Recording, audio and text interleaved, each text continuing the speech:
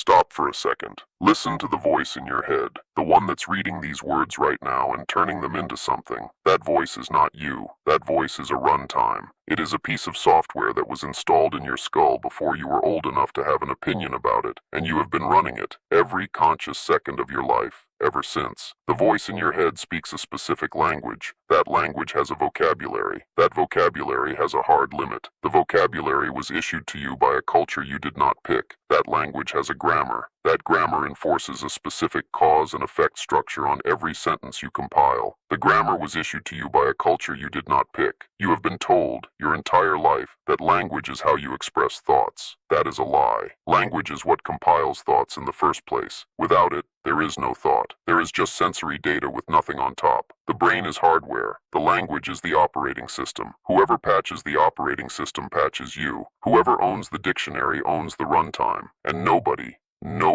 has ever asked your consent. Here is how the pipeline works, in mechanical terms. Raw sensory input, the actual world, the territory, hits a tokenizer. The tokenizer breaks the input into recognized symbols. The symbols are your vocabulary. If a symbol does not exist in your vocabulary, the tokenizer cannot output it. The data was there. It hit your retina. It hit your eardrum. It hit your skin. The wetware caught it. But because the tokenizer had no slot for it, the symbol never got issued, and the thought never got built. It became a null pointer. It became weather. The recognized symbols then go through a parser. The parser assembles them into a syntax tree using the rules of your grammar. The syntax tree forces a relational logic onto reality. Subject does action to object. Cause produces effect. The grammar wires the cosmology before the speaker has a chance to consider whether reality actually works that way. The syntax tree then goes through semantic binding. Semantic binding attaches each symbol to its current definition. Current, not original. The definitions are versioned. They get republished by the consensus network constantly, silently, with no patch notes. The version you are running is rarely the version the system around you is running. The output of all this is what you call your mind. 4 control surfaces: tokenizer, parser, semantic binding, drift. Every word you have ever thought passed through all 4. Every feeling you have ever had was either tokenized successfully or rejected with a 404 and stored as ambient anxiety. Every causal model you carry around was wired by a parser running grammar rules you did not choose. This episode is about those 4 surfaces. We are going to walk through them. By the end, you will not be able to listen to your own inner monologue without hearing the runtime. People talk about language like it's a tool. A nice, clean tool you pick up to express the thoughts you already had. That's not what's happening. Language is not the tool. Language is the workshop. You don't have thoughts and then choose words for them. The words are what makes the thought possible in the first place. No words, no thought. Just pressure. Just static. Try this. Try to think a complex thought without using any words. Watch what happens. You can't. You have brief flashes of imagery, maybe. Brief effective spikes. But you can't sustain a thought. Because thought is what the runtime produces. Cut the runtime and you cut the output. And the runtime is not yours. It was installed on you, by a culture, before you could read. You inherited the dictionary from people who inherited it from people who inherited it from people. Every word you use has been used by approximately 8 billion people before you, and the meaning has drifted in every single mouth. You are running version 6 of a piece of software you learned at version 2 and never updated. When you have a gut feeling that something is wrong but you can't articulate it, that is your sensory layer catching data your tokenizer can't tokenize. The system caught the input. It can't issue you a symbol for it. So you walk around with this ambient unease and you call it intuition or anxiety or vibes. It isn't any of those. It's a 404. The arrogance of assuming your private inner monologue is your own, when every word in it was handed to you by strangers, when every grammatical rule was set by a culture, when every definition has been silently rebound by the people who own the press, is genuinely staggering. There is no such thing as your private inner monologue. There is a runtime hosted in your skull, executing instructions written by people you have never met. Have you ever felt something, really felt it in your chest, and tried to describe it to someone, and watched yourself fail? Watched yourself. It's like, when 3 times and never finished the sentence. Watched the other person nod politely and on. Watched yourself bury the feeling because it never resolved into anything you could hand to another human. That is a 404. The sensory data was there. The wetware caught it. The feeling was in your body. But the tokenizer had no symbol for it. So the symbol never got issued, and the thought never got built. The feeling didn't become a feeling. It became weather. It became a mood. It became a low-grade ambient, something you eventually call anxiety, because that's the closest legal token your dictionary will let you issue. Here are some words your culture did not give you. Saudade, Portuguese, the longing for something you cannot return to. Not nostalgia. Nostalgia is for a place. Saudade is for an impossibility. Sehnsucht, German. The yearning for a kind of life you have never actually had. Hereth, Welsh. The homesickness for a home that may never have existed. Mono no aware, Japanese. The soft sadness of noticing that things end. Tosca, Russian. A deep ache without a cause. Litost, Czech. The specific torment of suddenly recognizing your own miserable condition. Every one of those is a feeling. Every one of those is a feeling you have probably had. Every one of those is a feeling that, because your culture did not issue you the token for it, did not become a feeling. It became static. You medicated it. You distracted from it. You called it your personality. It isn't your personality. It's a tokenization failure. The data was there. The symbol wasn't. And it scales. The missing token problem is not just about pretty emotions in foreign languages. It is about every time a culture deletes, retires, or never issues a word for a real condition that is happening to its members. If your culture has no precise word for the experience of being ground down by a series of small bureaucratic indignities, then being ground down by a series of small bureaucratic indignities is, to your tokenizer, simply not a thing. It is just life. It is just Tuesday. The condition is real. The data is real. The wetware is paying the cost. But the symbol does not exist, so the condition is not articulable, so it is not actionable, so nothing changes. If your culture has no precise word for the slow erosion of attentional sovereignty caused by algorithmic feeds, then the slow erosion of attentional sovereignty caused by algorithmic feeds is, to your tokenizer, not a thing. It is just life. It is just being on your phone. The data is real. You are losing minutes. You are losing days. You are losing the capacity to think a long thought. The wetware is paying the cost. But the symbol does not exist, so the condition is not articulable, so it is not actionable, so nothing changes. The absent word is a control surface. Anyone who issues your dictionary controls that surface. You have probably never thought in your entire life about who issues your dictionary, about who chooses which words enter the lexicon and which words quietly exit it, about which conditions get named and which conditions stay nameless, about who benefits when a condition stays nameless. The author of your dictionary is not your friend. The author of your dictionary is not even one entity. The author of your dictionary is whoever has historically had publish access to the consensus network, which is to say, whoever was loudest, most resourced, and most strategically interested in the current definitions staying the way they are. You did not write the dictionary. You inherited it. The thoughts it lets you have are the thoughts it lets you have. The thoughts it does not let you have are not your fault. They are a feature. The grief of seeing someone become someone you no longer recognize while they are still alive. There is no English word for this. There is, in some sense, no thought for this. People experience it constantly. Parents and adult children, long marriages going cold, watching a friend get pulled under by an ideology or addiction or grief. The experience is universal. The token is missing.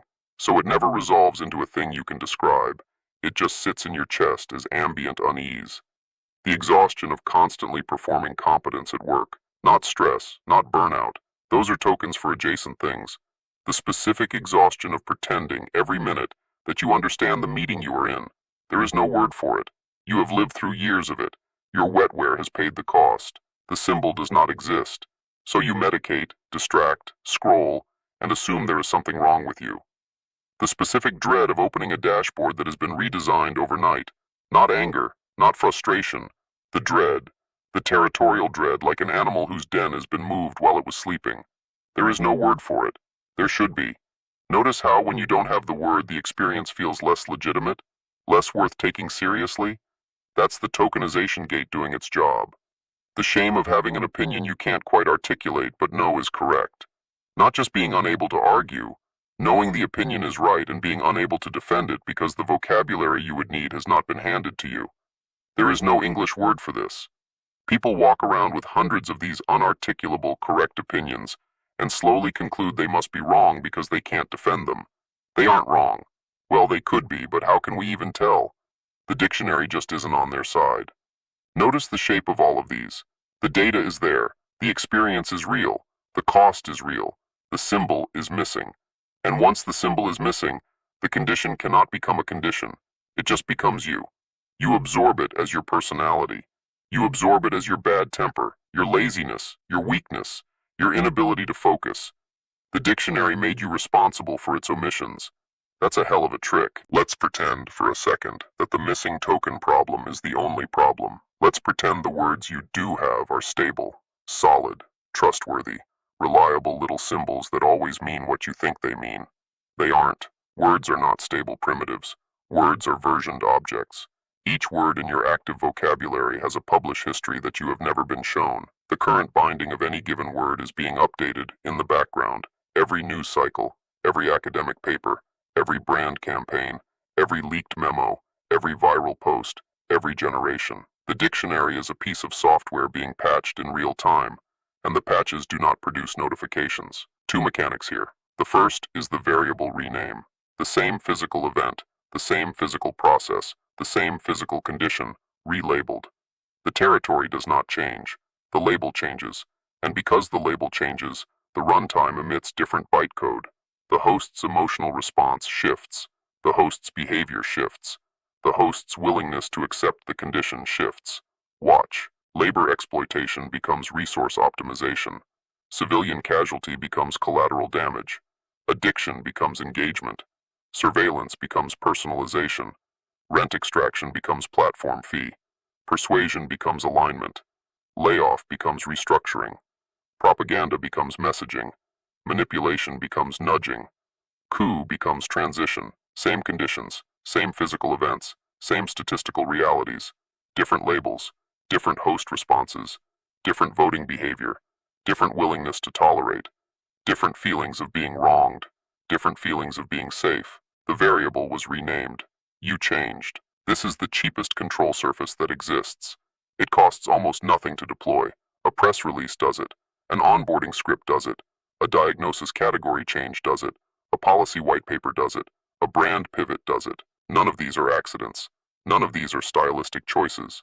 They are deliberate rebinds of high-leverage symbols executed by parties who benefit from the rebind, and the host does the emotional work of accepting the new binding without ever realizing the operation occurred. The second mechanic is worse. The second mechanic is semantic drift. Semantic drift is when the same word, with the same spelling, with the same general usage, has its definition silently rewritten over time by the consensus network, without any party explicitly announcing the change. The word stays. The meaning moves. You don't notice because the word looks the same when you say it. Here is one word. One. Watch what happens. The word is freedom. Version 1. Late 1700s. The original binding. Freedom means the absence of arbitrary state coercion. The state can't lock you up without process. That's it. That's the whole package. Version 2. Mid-1800s. Breaking change. Freedom is extended to include the absence of chattel ownership of persons. New legal semantics. Old binding is now incomplete and gets deprecated. Version 2.7. Early 1900s. Suffrage extends the binding further. Freedom now includes participation in the political process. Version 3. Mid-1900s. Major breaking change. Freedom now includes a universal individual baseline, what gets called positive freedoms. The shape of the word is now fundamentally different from version 1. Version 4. 1980s. Deprecation event. Collective freedoms quietly lose authority. The word starts to mean primarily market participation freedom. The previous breaking change about positive freedoms gets rolled back without an announcement. Version 5. Early 2000s. Breaking change. Freedom is now context dependent. Security can override it. The word becomes compatible with mass surveillance. The runtime accepts this without error. Version 6. Early 2020s. Breaking change. Freedom is rebound, in a significant population segment, to mean the freedom to not be inconvenienced by collective public health logic. The original binding from version 1 is still nominally cited, but the operational definition is something else entirely. One word, 7 major versions, at least 4 breaking changes. No version log was ever published. No prompt was ever issued. The consensus network just kept patching, and your runtime kept accepting. What version are you on? You don't know. The publish history is opaque. You learned the word at some point. That binding got cached. The system around you is using a different binding. You are arguing with people who are running a completely different definition of the word, and neither of you can tell because the spelling is the same. Now apply this to community, friend, privacy, success, attention, memory, consent, mental health, self-care, wellness, safety, truth. Every one of those words is on its 6th, 7th, 8th republish. You are running version 2 of all of them. The system is running version 8. The gap between your cached binding and the current binding is the gap your life is happening inside. You are misaligned with reality at the lexical layer, and you cannot tell because the spelling never changes. When you and your friend argue about whether some politician's latest move was authoritarian,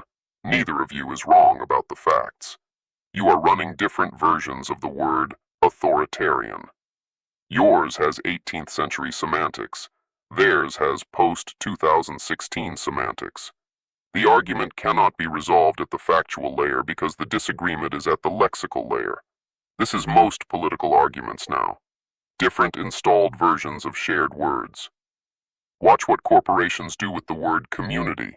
That word used to mean a group of people in physical proximity who knew each other and had reciprocal obligations. Now it's a CRM segment. Now it's a Discord server. Now it's a fan base. The word looks the same. The binding is unrecognizable.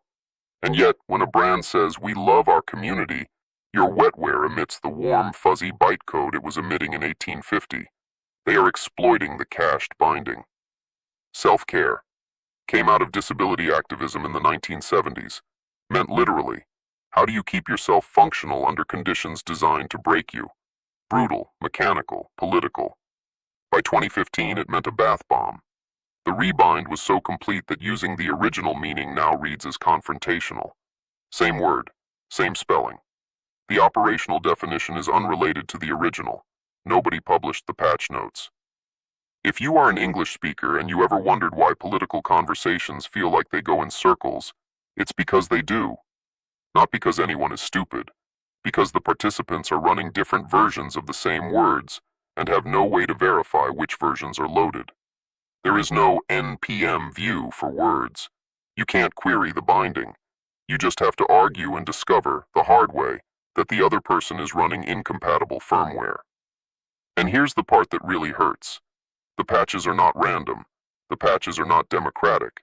The patches are not the organic drift of folk usage.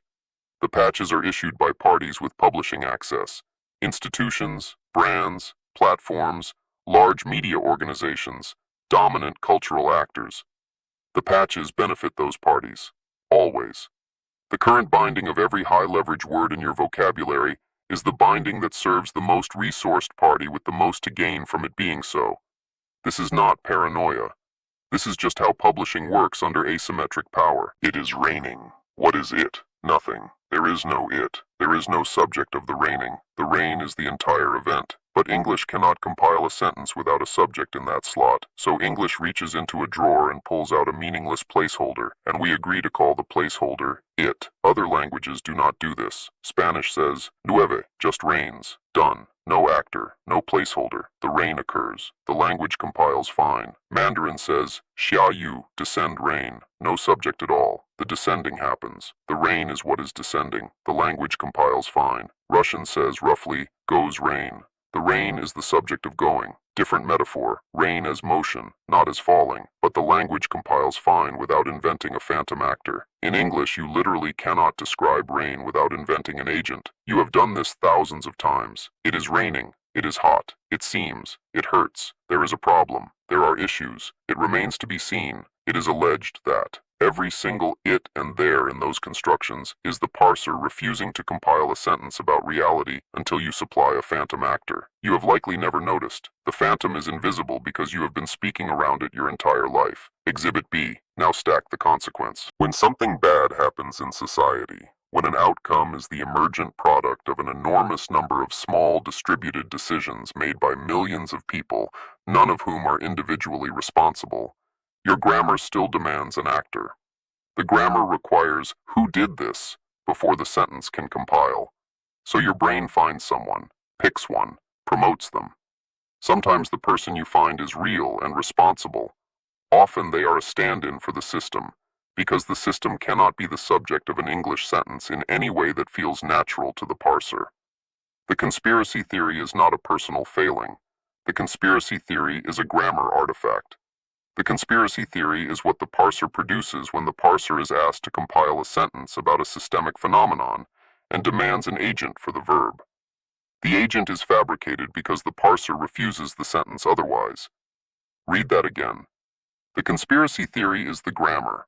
The grammar is the conspiracy theory. Always has been. 3 languages, same physical sensation. 3 completely different ontologies of what coldness is and what your relationship to it is. In English, you are cold. The coldness is a property of you, in the same grammatical shape as I am tall or I am happy. Coldness is part of who you are. In German, the coldness is happening to you. You are the locus, not the property haver. The condition is acting on you. In Spanish, you have cold. Coldness is a possession, like a wallet. You can hold it, you can lose it. The English version requires you to identify with the coldness. The German version frames you as a passive locus. The Spanish version makes you a proprietor. 3 different grammars produce 3 different selves, and the speakers of each language largely do not realize the others exist. The grammar wires the self. You are walking around with an English-shaped self because you grew up speaking English. You did not pick this. The wiring went in when you were too young to refuse it. The wiring went in, sentence by sentence, every time you spoke, every time you listened, every time you read, every time you thought. By the time you were old enough to consider whether reality was actually shaped this way, the runtime was deeply enough installed that thinking otherwise required fighting your own parser. You can do that. You can fight your own parser, but you have to know it's there first. Most people never even register that there is a parser. They think they are just thinking. Now you know. There is no just thinking. There is only the compile pipeline. There is only the runtime.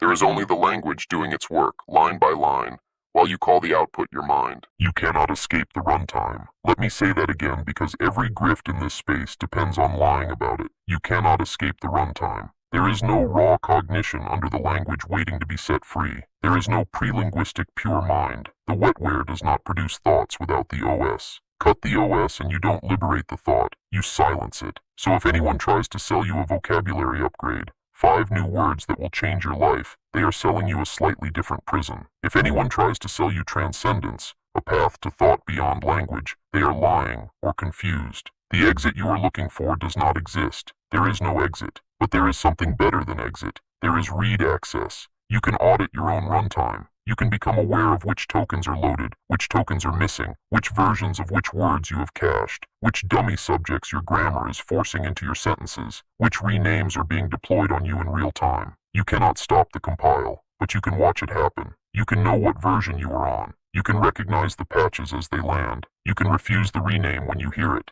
This is the terminal state, not silence. not transcendence, not some monkish sub-language clarity. The terminal state is becoming a compile-time auditor of your own dictionary, in real time, for the rest of your life. 4 operations. Memorize them. Run them daily. 1. Audit your tokens. When a feeling arrives that you cannot name, do not absorb it as your personality. Recognize it as a 404. Look for a loaner token from another language. Borrow it. Use it. Once a feeling has a name, it becomes a thing. Things can be addressed. Pressure cannot. 2. Notice your syntax. Catch yourself when you reach for "it is," or "there is," or some other phantom subject construction. Ask what is actually happening. Ask whether the event has an actor, or whether your grammar is inventing one. Most events have no actor. Get used to that. 3. Track your drift. Pick a word. Community, freedom, friend, success, mental health, anything. Ask what version of that word you have cached. Ask what version the people around you are using. Ask what version the institutions around you are using.